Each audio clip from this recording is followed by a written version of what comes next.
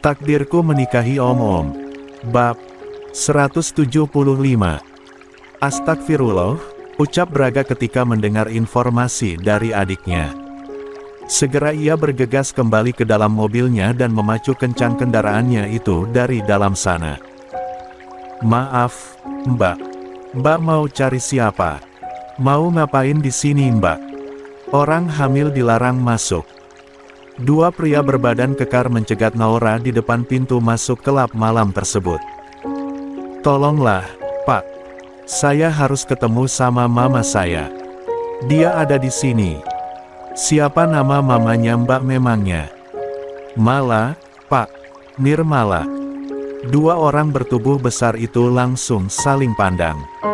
Seolah-olah saling memberikan kode. Enggak, Mbak. Maaf, kami tidak kenal.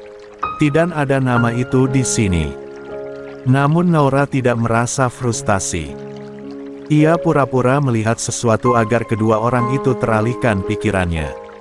Itu mama saya, Om. Tunjuknya ke arah dalam. Upaya Naura berhasil. Ia pun merangsek masuk ke dalam dan bersembunyi di antara kerumunan orang terlebih dahulu untuk menghindari para penjaga. 74. Braga cemas setengah mati. Menyetir pun jadi tidak fokus. Pikirannya lari kemana-mana. Ia sangat mencemaskan keadaan istrinya. Ia kontan merutuki kecerobohannya sendiri. Bagaimana dia bisa meninggalkan ponsel yang seharusnya ia bawa? Istrinya itu pasti langsung mencemaskan keadaan ibunya setelah membaca semua chatnya dengan Hans. Terlebih selama ini Naura memang selalu berusaha mencari informasi tentang keberadaan Mala. Peace, yang jangan aneh-aneh. Kamu tidak boleh gegabah, ucap Braga dalam kerisauannya. Sialnya lalu lintas lumayan padat malam ini. Mau tidak mau ia tidak bisa memotong atau mempercepat laju kendaraannya. Susah payah Naura membawa perutnya yang besar untuk mencari keberadaan Mala. Lah harus menerima pandangan-pandangan aneh dari orang-orang yang menatapnya. Bagaimana tidak ada satupun perempuan hamil besar seperti dirinya ada di tempat seperti ini. Bahkan tidak sedikit orang yang bertanya, sedang apa dirinya di tempat seperti ini. Ia bahkan bingung harus pencariannya dari mana. Mama di mana, Mah? Please tolong muncul sebentar aja. Naura pengen tahu kalau Mama baik-baik aja. Dari lantai 1 yang sesak penuh dengan orang-orang, Naura berpikir untuk memulai pencariannya dari lantai 2. Pelan-pelan ia bergeser di antara kerumunan lautan manusia yang sibuk meliuk-liukkan tubuhnya sesuai dengan alunan musik yang mengalun keras dari atas panggung sana. Bahkan rasa sakit di area bawah perutnya tidak lagi terasa sebab pikirannya sudah teralihkan pada ibunya. Dengan langkah pelan dan hati-hati istri Braga itu membawa langkahnya menapaki anak-anak tangga. Sampainya di sana perempuan itu bingung kemana ia harus mencari ibunya, pada siapa ia harus bertanya. Maaf Mbak cari siapa ya? Tanya salah satu pelayan yang baru saja keluar dari salah satu ruangan khusus tempat karaoke. Gadis itu merasa prihatin melihat Naura yang tampak kebingungan. Mana tahu saja, saya bisa bantu. Sungguh kebetulan sekali, Naura memang sedang membutuhkan bantuan. Tanpa ragu kemudian dia bertanya, Mbak saya sedang cari ibu saya. Naura kemudian mengambil ponselnya, membuka galeri dan menunjukkan foto Mala pada perempuan baik hati itu. Ini foto ibu saya Mbak. Mala namanya. Sudah lama saya cari-cari dia. Terakhir saya dapat info kalau dia ada di tempat ini. Perempuan manis dengan rambut diikat kucir kuda itu mengernyitkan alisnya dalam. Mendadak ia sangat takut salah bicara. Ia pun melihat ke kanan dan ke kiri, seperti waspada jika ada yang akan mendengar percakapan mereka. Maaf Mbak beneran anaknya Mbak Mala. Naura mengangguk mantap. Iya, Mbak yang tadi Mbak lihat fotonya itu adalah mama saya. Saya Naura anaknya. Berarti Mbak kenal ya sama mama saya. Perempuan itu menggigit bibir bawahnya. Ia benar-benar ragu, apakah ia harus menceritakan yang 75. Sebenarnya. Please, Mbak. Tolong beritahu saya kalau memang Mbak mengenal mama saya. Saya sudah sangat lama mencarinya. Saya cuma pengen tahu gimana keadaan mama saya. Perempuan itu langsung menarik Naura ke toilet sebab di sana tidak dijangkau oleh CCTV. Jujur saya kaget, anak yang dimaksud sama Mbak Mala ternyata sudah sedewasa Mbak. Soalnya saya lihat masih dia muda banget. Juga umurnya kalau nggak salah masih 33 ya. Naura semakin tidak sabar mendengar semua tentang ibunya. Jadi Mbak beneran kenal sama mama saya? Kenal, Mbak. Mbak Mala itu perempuan simpanan atau entah apalah namanya dari pemilik klub ini. Dia sering datang ke sini buat nemenin Tuan Jake. Tadi malam dia juga dari sini. Bahkan minum sampai pingsan terus terkapar di lantai. Mendengar penuturan itu, Naura langsung teringat foto yang dikirimkan oleh Hans pada Braga. Entah kenapa mendengar penuturan itu membuat hatinya merasa sakit. Naura kembali menunjukkan sebuah foto yang kali ini berasal dari handphone Braga. Maksud Mbak yang ini? Ini kejadian tadi malam ya Mbak? Tanya Naura ingin tahu. Kembali staf pelayan klub itu membawa pandangannya pada ponsel yang ada di tangan Naura. Nah iya Mbak, bener. Ini tuh kejadian tadi malam Mbak. Mbak Mala itu sering banget disuruh minum sama Tuan Jake. Jadi kayak disuruh nemenin kolega bisnisnya. Nggak tahu kenapa ya, saya tuh kasihan loh Mbak lihat mamanya Mbak. Kayak tekanan batin gitu. Karena dia sering kesini jadi saya sama dia lumayan dekat. Pernah waktu ada kesempatan saya nanya ke beliau, kenapa nggak ditinggalin aja merjakenya. Terus dia jawab, nggak bisa Riz. Oh ya kebetulan nama saya Riris Mbak. Nggak bisa Riz. Titik nggak bisa sembarangan Mbak tinggalin dia. Anak Mbak bisa dalam bahaya. Gitu Mbak kira-kira. Jadi tuh mungkin Mbak Mala ini bisa banget lari dari Merjake, tapi dia takut anaknya yang ternyata adalah Mbak celaka. Mendengar semua penuturan itu hati Naura kontan bergetar hebat. Perasaannya nyeri bukan main. Ternyata selama ini ibunya pergi untuk membuatnya aman. Tanpa terasa air matanya pun menetes berjatuhan membasahi pipi. Sabar Mbak. Mama Mbak sekarang ada di sini. Tapi, Mbak harus hati-hati. Perempuan bernama Riris itu menarik tangan Naura untuk mengintip keluar toilet dan melihat ke arah lorong. Mbak tahu yang pakai jas hitam-hitam itu. Riris menunjuk ke arah beberapa orang yang berdiri di samping kanan dan kiri pintu. Naura pun mengangguk. Tahu siapa orang-orang yang dimaksud oleh Riris. Nah Mbak itu tuh orang-orangnya Merjake. Jadi mau ke toilet pun mamanya Mbak itu dijagain sama mereka. Makanya dia nggak bisa macam-macam. Jantung orang makin berdegup tidak karuan mendengar penjelasan dari Riris. Ia merasa sakit hati kenapa ibunya sampai diperlakukan seperti itu. Naura pun memaksakan diri untuk keluar. Saya harus ketemu mama saya Mbak. Saya mau bawa dia pulang.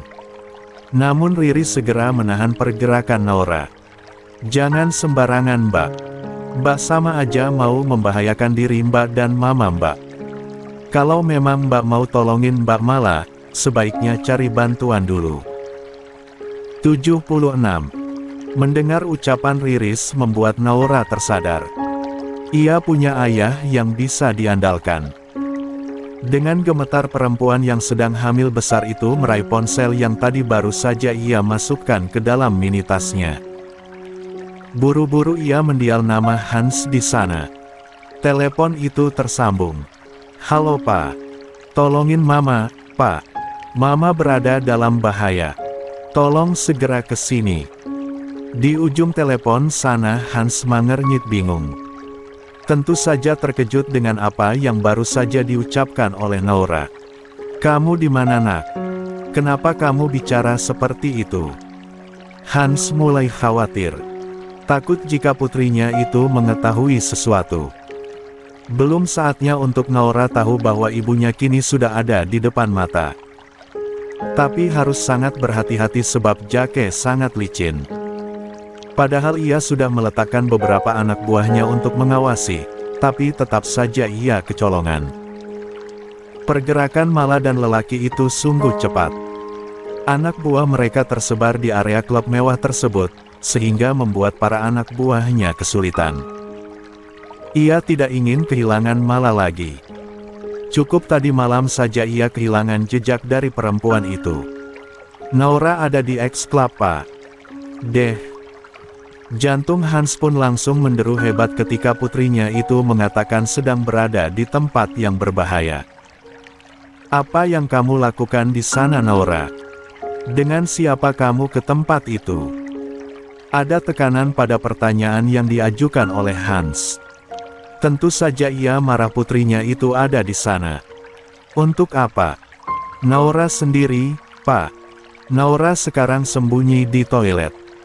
Naura buru-buru ke sini setelah lihat pesan papa di HP-nya Mas Braga. "Sekarang Mama ada di dekat Naura, Pak, tapi Naura nggak bisa datengin Mama," kata Mbak Riris bahaya. Rasanya Hans ingin mengumpat pada Braga. Bagaimana menantunya itu bisa sangat ceroboh meninggalkan atau belum menghapus pesan darinya. "Lalu di mana Braga, Naura?" tanya Hans sekali lagi. "Kenapa kamu ke sana sendirian? Itu tempat berbahaya. Kamu nggak bisa sembarangan ke sana, sayang." "Mas Braga tadi pergi kerja, Pak. Ada kerjaan yang nggak bisa ditinggal. Dia buru-buru makanya HP-nya ketinggalan. Jadi gimana dengan Mama, Pak?" Hans mendedahkan napasnya kasar. "Papa udah awasin Mama kamu. Anak buah Papa juga udah standby jaga di sana. Kamu jangan sampai bertindak gegabah, Naura. Kamu harus tetap dipersembunyikan kamu. Sekarang, Papa akan segera ke sana." Hans pun langsung mematikan sambungan teleponnya. Perasaannya langsung kacau bukan main. Tentu saja ia sangat takut jika terjadi sesuatu yang buruk pada anaknya. Untuk beberapa saat Naura bersembunyi di toilet itu. "Mbak, saya minta maaf sebelumnya. Saya nggak bisa nemenin Mbak Lana lama di sini. Saya harus bekerja. Sebenarnya saya mau menemani, tapi khawatirnya saya malah akan dipecat dan diberhentikan dari sini." Naura pun mengangguk paham. "Iya Mbak Riris. Nggak apa-apa. Makasih banyak ya karena Mbak Riris sudah banyak bantuin saya." 77. "Iya Mbak, sama-sama. Hati-hati ya Mbak." Setelahnya seperti instruksi sang ayah ia bersembunyi di toilet itu untuk sementara waktu. Tentu saja ia harus bersembunyi, sebab jika Jake melihatnya lelaki itu pasti akan langsung mengenalinya. Beberapa lama Naura berdiam diri di tempat itu.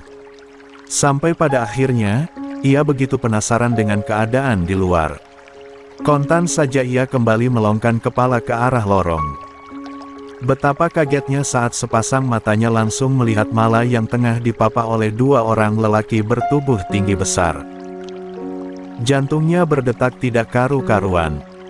Bahkan perutnya yang besar langsung terasa mulas. Ia benar-benar ingin mengejar ibunya, akan tetapi kakinya seperti dipaku di tempat. Di sisi lain Braga baru saja sampai di area parkir X-Club tersebut. Di sana ia langsung bertemu dengan Hans yang juga baru saja keluar dari mobilnya. "Apa yang kamu lakukan Braga?" tanya Hans langsung meraih kerah ke meja menantunya tersebut. "Kenapa putriku bisa ada di sini?" Braga pun tidak bisa menjawab Hans. Lidahnya terlalu keluh. Ia jelas saja salah sebab telah lalai. Lah tahu Hans pasti akan marah jika mengetahui ini. "Kenapa diam Braga? Apa aku harus mengambil anakku kembali agar dia aman? Maaf. Hanya kata itu saja yang mampu keluar dari mulut Braga. Ia tidak pandai untuk bersilat lidah tentu saja. Jika ia salah maka ia akan mengaku salah. Hans pun menyentak ke meja Braga. Jika terjadi sesuatu pada putriku kamu harus bertanggung jawab Braga. Kamu tahu benar betapa dia berharga untukku. Dan aku sudah bersusah payah untuk merelakan dia agar tinggal bersamamu. Sekali lagi Braga merutuki kebodohannya. Ia juga hanya manusia biasa yang bisa lupa. Tanpa membuang waktu Hans yang diikuti oleh Braga langsung menuju pintu masuk area klub tersebut. Namun ternyata jalannya tidak semulus itu. Beberapa orang berbadan kekar serta berpenampilan jas rapi menghadang jalannya mereka. Maaf, Tuan. Tapi Anda tidak diperkenankan masuk lagi ke klub ini. Harus menaikkan sebelah alisnya. Kenapa? Kenapa aku tidak boleh masuk ke tempat ini? Bukankah ini adalah tempat umum? Salah satu orang yang menghadang di depan Braga dan Hans itu melipat tangannya di depan dada. Maaf, Tuan. Tapi di tempat kami ini dilarang memasang mata-mata. Tarik orang-orang Anda sekarang atau kami akan menghabisinya. Kami masih membiarkan mereka bersembunyi di tempatnya masing-masing. Tangan Hans spontan terkepal kuat.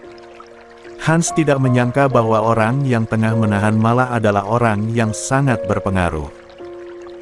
Ia terlalu meremehkan dengan hanya menempatkan beberapa anak buah saja. Benarkah begitu? Tanya Hans dingin.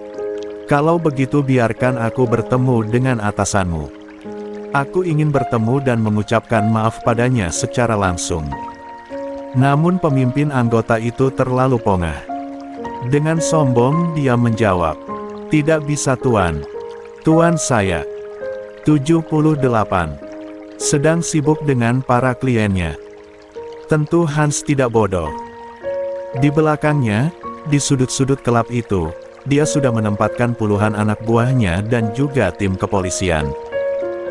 Sejak tahun Naura ada di sana, ia lebih berani. Pihak berwajib tentu diperlukan di sana.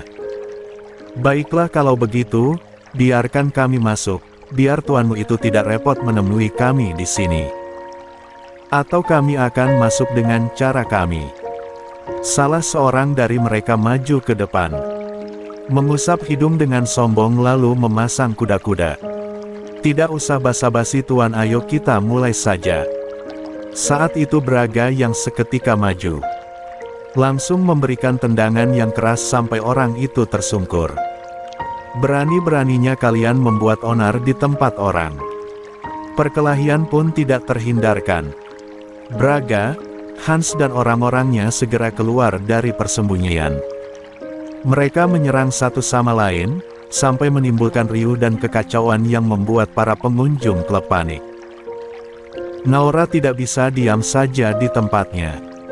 Akhirnya ia pun keluar berjalan terlatih memanggil ibunya. Mama. Langkah Mala langsung terhenti. Begitu juga dengan dua orang yang berdiri bersisian di sebelahnya. Perempuan itu langsung melihat ke arah belakang, ke arah tempat Naura berdiri. Kontan saja melihat hal itu jantung Mala seolah akan keluar dari kerongkongannya. Anda kenal dengan perempuan itu Nyonya? Mala pun langsung menggeleng keras. Tentu saja ia langsung khawatir melihat putrinya ada di tempat ini. Enggak. Tentu saja Mala harus menjawab tidak, sebab jika ia menjawab kenal maka Naura akan berada dalam bahaya. Perempuan itu kontan melihat ke arah pintu di mana Jake saat ini berada. Ia berharap lelaki itu tidak akan keluar untuk beberapa waktu. Ayo antar aku pulang, aku sudah sangat pusing. Mala yang saat ini masih menggenggam kesadarannya itu, buru-buru berbalik dan melangkah pergi. Ia ingin Naura mengejarnya paling tidak sampai ke lantai bawah. Khawatir jika Jake akan melihat putrinya yang sudah lama menjadi obsesi lelaki gila itu. Mama, panggil Naura lagi sambil membawa perutnya yang besar itu. Bahkan kini ia bisa merasakan nyeri yang sangat amat di sekitar perutnya. Sejujurnya saja malah sangat khawatir dengan keadaan Naura. Perempuan itu khawatir ketika membayangkan putrinya menuruni tangga. Untuk itulah memutuskan untuk berbelok ke arah lift yang tersedia di lantai 2 tersebut. Namun sial, suara Jake langsung membuat langkahnya yang sudah berada di depan pintu lift terhenti seketika. Sedangkan Naura di tempatnya hanya bisa diam membeku. Ia tahu lelaki itu adalah Jake. Ia hentikan langkahnya dan membuang wajahnya ke samping agar lelaki itu tidak melihat ke arahnya. 79. Tunggu, sayang. Urusanku juga sudah selesai. Kita bisa pulang sama-sama. Malah meneguk ludahnya susah payah ketika Jake melangkah mendekat. La sangat berharap lelaki itu tidak akan menoleh ke belakang dan menemukan Naura. Ada pertunjukan bagus di luar sana, Mala. Kamu ingat, Hans? Mata Mala langsung melebar sempurna ketika mendengar nama yang sudah sangat lama tidak ia dengar itu. Siapa? Ayah dari anakmu, Mala. Dia mengacau di sini. Entah apa yang dia cari. Atau, apa mungkin dia mencari kamu? Mala langsung menggeleng. Jake langsung menggandeng Mala untuk masuk ke dalam lift. Nyonya, apa Nyonya yakin tidak mengenal perempuan itu? Seharusnya Mala merasa lega saat pintu lift hendak tertutup, tapi anak buah Jake yang ada di kanan dan kirinya membuat pintu lift kembali dibuka oleh lelaki itu. Jake pun langsung membawa pandangannya ke arah Naura. 80. Jake melangkah keluar dari lift. Melihat itu Mala langsung berusaha mendapatkan kesadarannya. Mau kemana, Jake? Tanya Mala pada lelaki itu. Tangan perempuan itu langsung menahan lengan Jake agar lelaki itu tidak keluar. Naura yang sudah ketakutan pun langsung berbalik ke belakang. Ia langkahkan kakinya secepat mungkin untuk menghindari lelaki berbahaya itu. Aku seperti mengenal perempuan itu, Mala, ucap Jake yang hanya melihat wajah Naura dari samping. Dia seperti Naura. Dek. Jantung Mala rasanya ingin lepas dari tempatnya. Ia sangat takut kalau Jake akan benar-benar mengejar putrinya. Yang benar aja, Jake. Untuk apa dia di tempat seperti ini? Jake memperhatikan ekspresi wajah Mala yang dia buat senatural mungkin. Tapi tetap saja baginya tertangkap ada gurat khawatir di sana. Apa yang sedang kamu cemaskan, Mala? Tanya Jake tenang. Ia sudah menangkap sesuatu dari ekspresi perempuan itu. Nggak ada, kelit Mala. Ayo, aku udah capek banget, Jake. Mala berusaha keras untuk menahan Jake.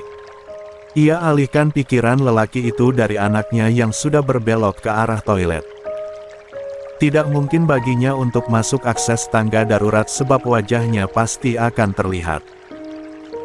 Jake pun akhirnya menuruti permintaan Mala tanpa perempuan itu tahu sudah ada sesuatu yang terencana di otaknya. Ayo. Mereka turun ke lantai 1. Mereka langsung disambut kekacauan yang tersebar di mana-mana. Para pelanggan histeris berlarian menyelamatkan diri mereka masing-masing sebab khawatir akan terkena dampak perkelahian tersebut. Ya Tuhan, Jake, pekik Mala begitu kagetnya. Ia tidak menyangka jika keadaan begitu keos seperti ini. Ini kenapa? Lihat di sana, ucap Jake menjulurkan telunjuknya ke arah Hans. Kamu mengenalnya bukan? Mala langsung meneguk ludahnya susah payah melihat lelaki yang tadi Jake sebutkan benar-benar ada di sekitarnya. Untuk apa lelaki itu datang ke tempat ini? Pikirnya. Dia ke tempat ini pasti karena mencarimu, Mala, bisik Jake dengan suara yang membuat Mala merinding setengah mati. Mala tahu, Jake saat ini sedang berada di titik berbahayanya. Aku yakin dia sedang berencana akan menyelamatkanmu dariku. Sesak, itu yang dirasakan oleh Mala saat ini. Ia benar-benar khawatir sekarang. Sepasang matanya bahkan bisa menangkap seorang Braga yang juga berkelahi di sana. Jake, Dom, Jared. Ya, bos. Jawab dua lelaki yang sedari tadi mengawal mereka. Jaga perempuan ini. Lewat jalan belakang. 81. Dan bawa dia ke mobil. Mala pun langsung diapit di kanan dan di kirinya. Kenapa ini, Jake? Aku nggak mabok, aku bisa jalan sendiri. Antisipasi, Mal. Antisipasi apa? Teriak Mala yang malah sudah geram sendiri. Antisipasi kamu akan kabur sayang. Mala pun ditarik ke sisi belakang kelab. Menghindari Hans agar tidak melihat perempuan itu. Sedangkan Jake sendiri, dia kembali ke lantai 2. Ia yakin yang ia lihat tadi adalah Naura. Jake, kamu nggak bisa seperti ini. Lepasin aku, Jake. Jake, aku mohon. Teriak Mala lagi sebisanya. Aku mohon jangan sakiti Naura. Perempuan itu tentu saja tahu, lelaki itu tadi pura-pura biasa saja hanya untuk menipunya.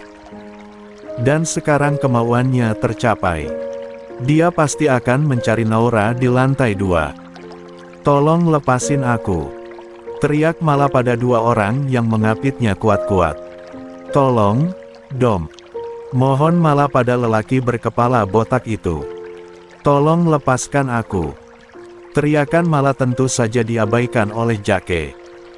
Ia lebih tertarik untuk segera menemukan kucing kecil yang saat ini pasti sedang bersembunyi di suatu tempat. Ia bahkan sudah tidak sabar untuk segera sampai di sana. Melangkah perlahan, lelaki tinggi tegap itu segera menuju toilet. Ia sangat yakin perempuan itu masih berada di dalam sana. Ia sungguh menikmati apa yang sedang terjadi saat ini. Salah jika orang-orang itu memilih untuk berurusan dengan dirinya. Sama-sama mencari mati dengan dirinya. Bahkan aparat kepolisian pun bisa ia suap untuk mengamankan semua yang dia kehendaki terjadi. Dunia ini begitu mudah dalam genggaman tangannya. Semuanya tergantung uang. Semua bisa dibeli dengan uang menurutnya. Tok, tok, tok. Jake membuka pintu toilet. Klek. Pintu pun ia kunci. Ia yakin, Naura ada di salah satu bilik toilet tersebut dan bersembunyi di sana.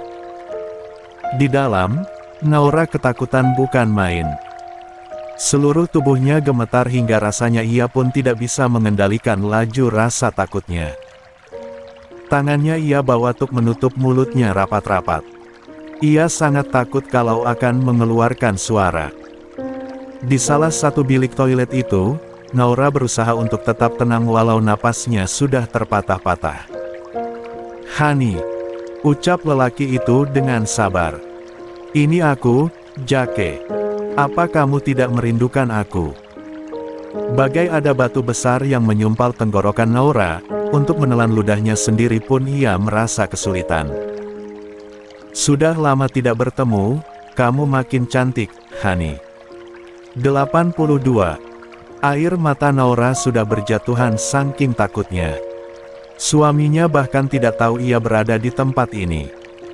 Dalam hati hanya berdoa, ia ingin ayahnya yang sudah mengetahui keberadaannya akan segera menemukannya dan menyelamatkannya. "Kamu kesini pasti cari mama kamu, iya?" Tek, tek, tek. Alas sepatu Jake yang membentur lantai menambah kengerian bagi Naura. Perempuan itu bahkan bisa melihat Jake sedang mondar-mandir di depan deretan bilik yang berjejeran.